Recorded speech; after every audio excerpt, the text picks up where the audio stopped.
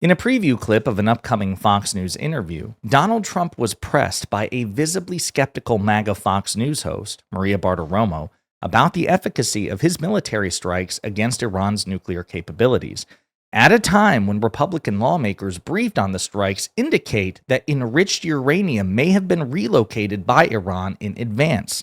But before we unpack all that, if you end up liking this video and you want to support the channel, please be sure to hit the like, subscribe, and alert bells before you go.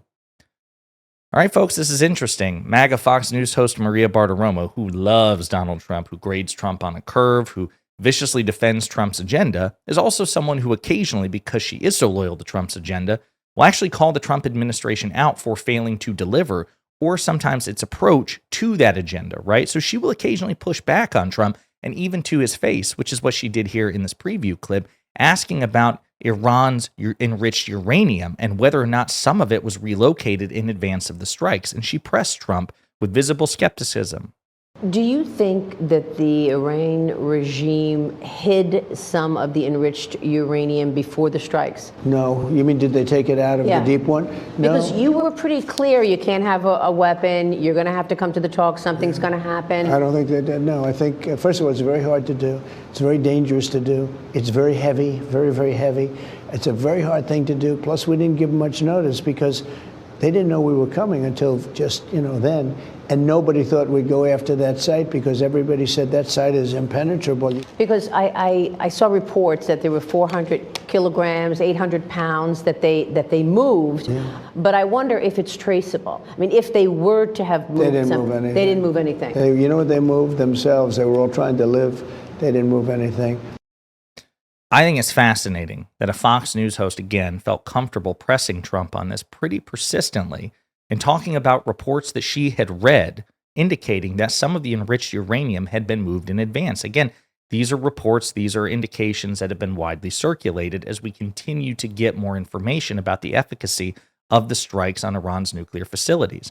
And as a matter of fact, recent comments made by briefed Republican lawmakers do raise this question as well. They don't seem to be nearly as certain as Trump himself. So this is a CNN article that recently discussed the most recent briefing. U.S. did not use bunker buster bombs on one of Iran's nuclear sites, top general tells lawmakers, citing the depth of the target. The U.S. military did not use bunker-busting bombs on one of Iran's largest nuclear sites last weekend because the site is so deep that the bombs likely would not have been effective, the U.S.'s top general told senators during a briefing on Thursday. The comment by Joint Chiefs of Staff Chairman Dan Kane, which was described by 3 people who heard his remarks and a 4th who was briefed on them, is the first known explanation given for why the U.S. military did not use the massive ordnance penetrator bomb against the Isfahan site in central Iran. U.S. officials believe that Isfahan's underground structures house nearly 60% of Iran's enriched uranium stockpile, which Iran would need in order to ever produce a nuclear weapon. U.S. B-2 bombers dropped over a dozen bunker-buster bombs on Iran's Fordow and Natanz nuclear sites, but Isfahan was only struck by Tomahawk missiles launched from a U.S. submarine.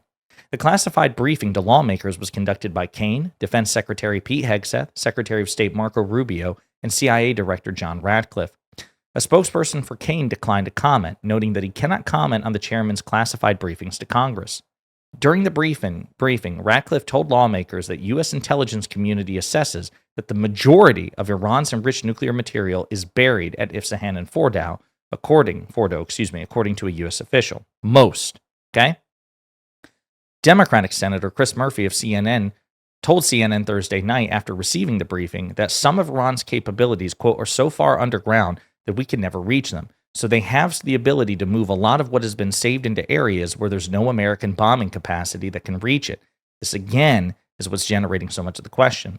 An early assessment produced by the Defense Intelligence Agency the day after the U.S. strikes said the attack did not destroy the core components of the country's nuclear program, including its enriched uranium, and likely only set the program back by months, CNN has reported.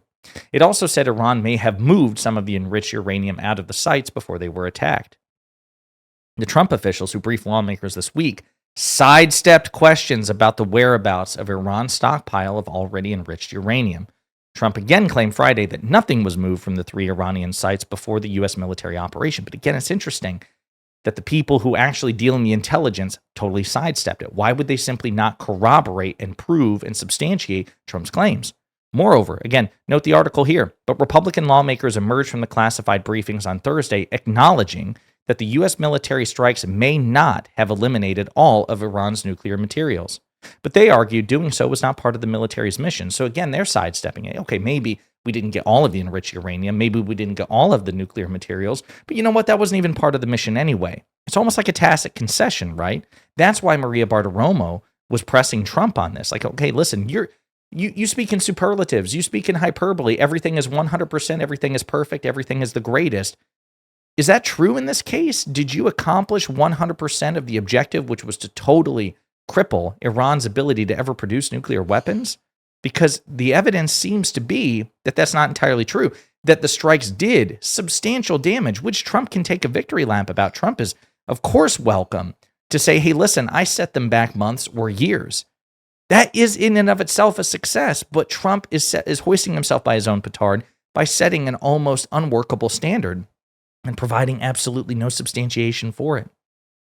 And again, it goes into details of the quotes provided by Republican lawmakers like Greg Murphy and Michael McCall and Lindsey Graham, where they said, like, listen, I don't know where the 900 pounds of highly enriched uranium exists, but it wasn't part of the targets there. Again, that's coming from Lindsey Graham, right? Lindsey Graham, who is the most hawkish on Iran probably in the Republican Senate. So he's probably like rock hard at the notion of military strikes. And even he's like, I don't know where this shit is. But you know what? That wasn't part of the mission. But that's why Maria Bartiromo is pressing him on this. And that's why it's good that Trump is being pressed. You know, I don't want to give, I guess, Maria Bartiromo a standing ovation because, again, she is a true MAGA Fox News host. She's not even Brett Baer or Dana Perino. But what's interesting is she will actually, this is what's interesting about Maria Bartiromo, and I want you to indulge me on this because I cover her a lot on this channel when we talk about Fox. So you have the so-called straight news journalists, the hard news journalists like, again, Brett Baer, right? He used to be part of the Fox Holy Trinity along with Shep Smith and Chris Wallace, who are much better journalists than he is because they were much less biased. They gave Democrats a hard time and Republicans a hard time pretty freaking consistently. Brett Baer is probably more likely to give a Republican a hard time than, say, Jesse Waters or Sean Hannity, but he still grades the Republicans on a curve in a way that Shep Smith and Chris Wallace simply did not by comparison. He's the weakest of the three.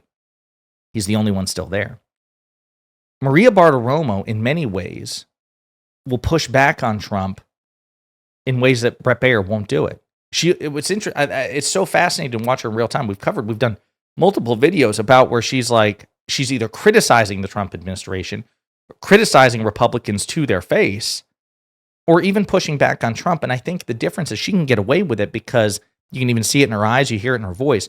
She's a true believer. She loves Donald Trump. She loves the MAGA agenda. And when she pushes back, it's not because she's being a critical journalist per se. It's because she has preferred policy outcomes and a preferred political agenda.